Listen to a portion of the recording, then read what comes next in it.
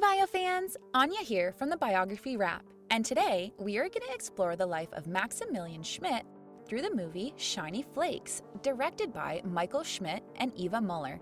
The movie begins with Maximilian introducing how he built an online drug empire. He is known as the teenage drug lord and earned around 4.1 million euros, all from his childhood bedrooms.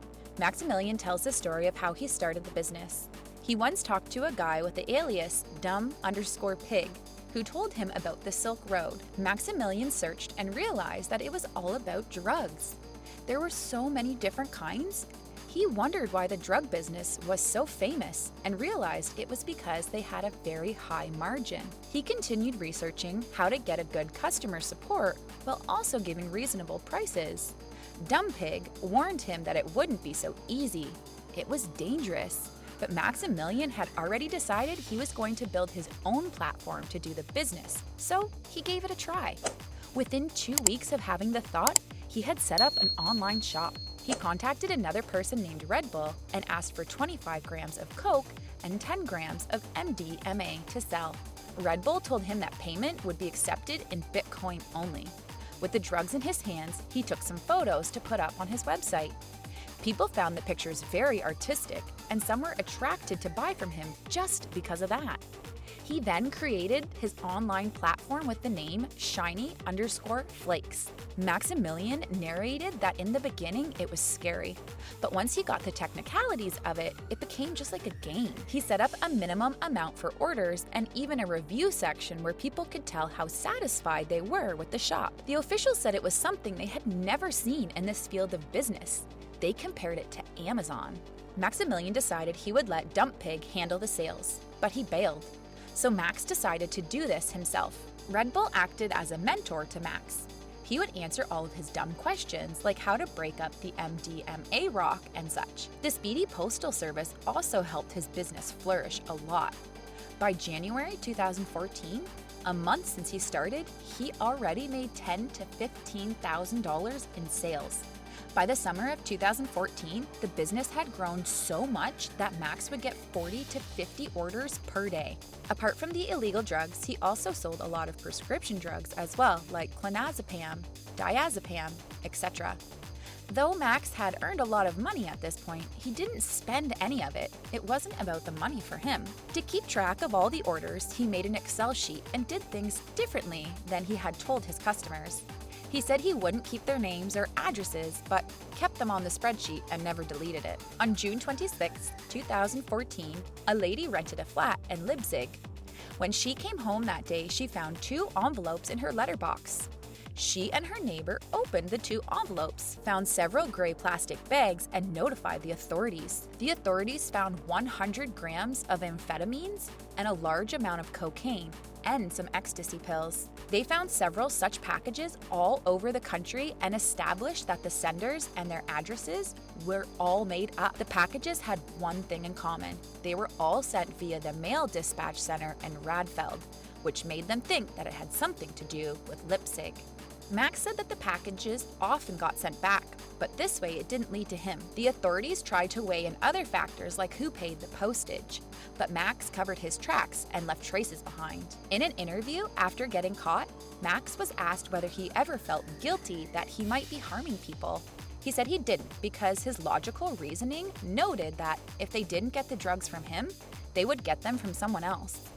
The low prices that Max was able to offer were because he bought these drugs in vast amounts, and over time, he found the best suppliers. While investigating the case, the authorities were always doubtful whether such large-scale businesses could actually be handled by a single person. Max started going to websites about hacking and internet fraud. He felt like he was among some like-minded people. As a 14 to 15-year-old boy, he just wanted to cause some trouble and have fun. He would hack people's webcams so that he could see through it or get some login ID and delete someone's profile, or just post something on eBay for fun. Max graduated from school and took up a job as a waiter because that was something he could get quickly.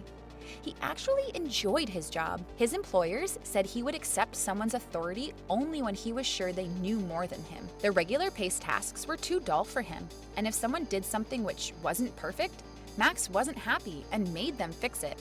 The authorities, when reviewing this, thought this was a classic example of overconfidence. Max said in the interview that his profile picture on the crime network was of Kim Jong-un. There were various categories of people on the network: the beginners, the elite members, the administrators, etc. He said that he was a category unto himself. The restaurant employees said that he would have liked to keep him longer and thought he would open up his own restaurant or a bar one day. They said that Max was born to be a boss. The authorities said that they found a similar package in Baden-Württemberg. The investigators there found that the package recipient frequently browsed a website, Shiny Flakes. That's how they became aware of the website's existence.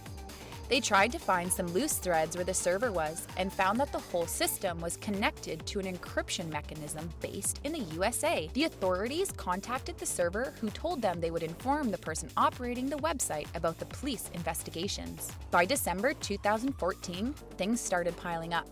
Some orders got lost, the bag sealing machine broke, and a little thing like that caused Max's rhythm to break and a backlog to build up. The pressure got to him, and sometimes he slept for only 3 to 4 hours so that he could catch up with the packaging. By this time, he had almost 15,000 orders per day and was making 100,000 euros in sales daily. Soon, the authorities traced the packages, and Max was identified.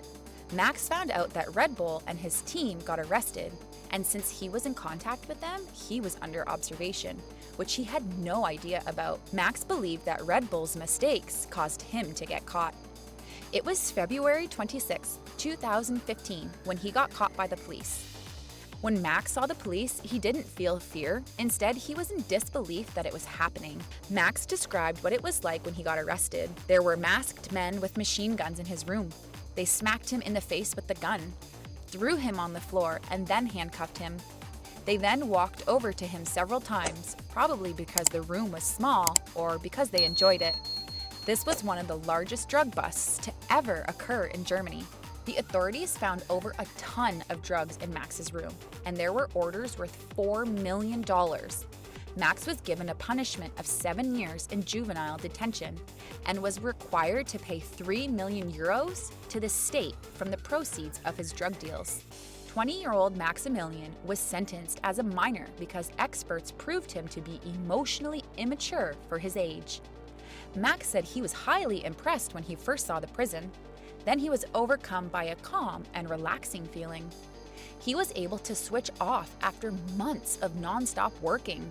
The experts said that he didn't show any signs of remorse or guilt, that he was pretty emotionally detached, and he actually seemed a little prideful. When the news came out about his arrest, people started celebrating him. The officials tried logging into Max's laptop, but it was locked. They then dug through a pile of rubbish to find a piece of paper that contained the login ID and the indecipherable password, as the authorities called it.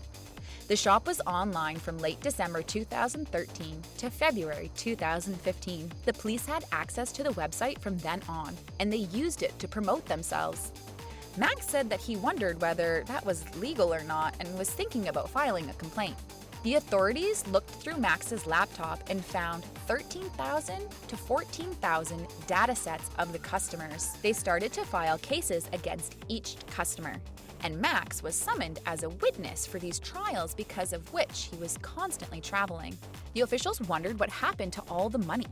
They could access the open wallets, which contained around 350,000 euros, but they couldn't get into 2 of the wallets, and they still didn't know how much money the wallets held. Max said they could say that now he didn't have even 1 cent from all of that money.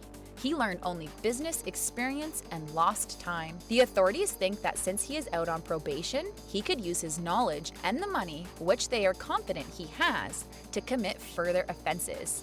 That's why they are watching him. Since the hearing, Max served around 4.5 years in prison.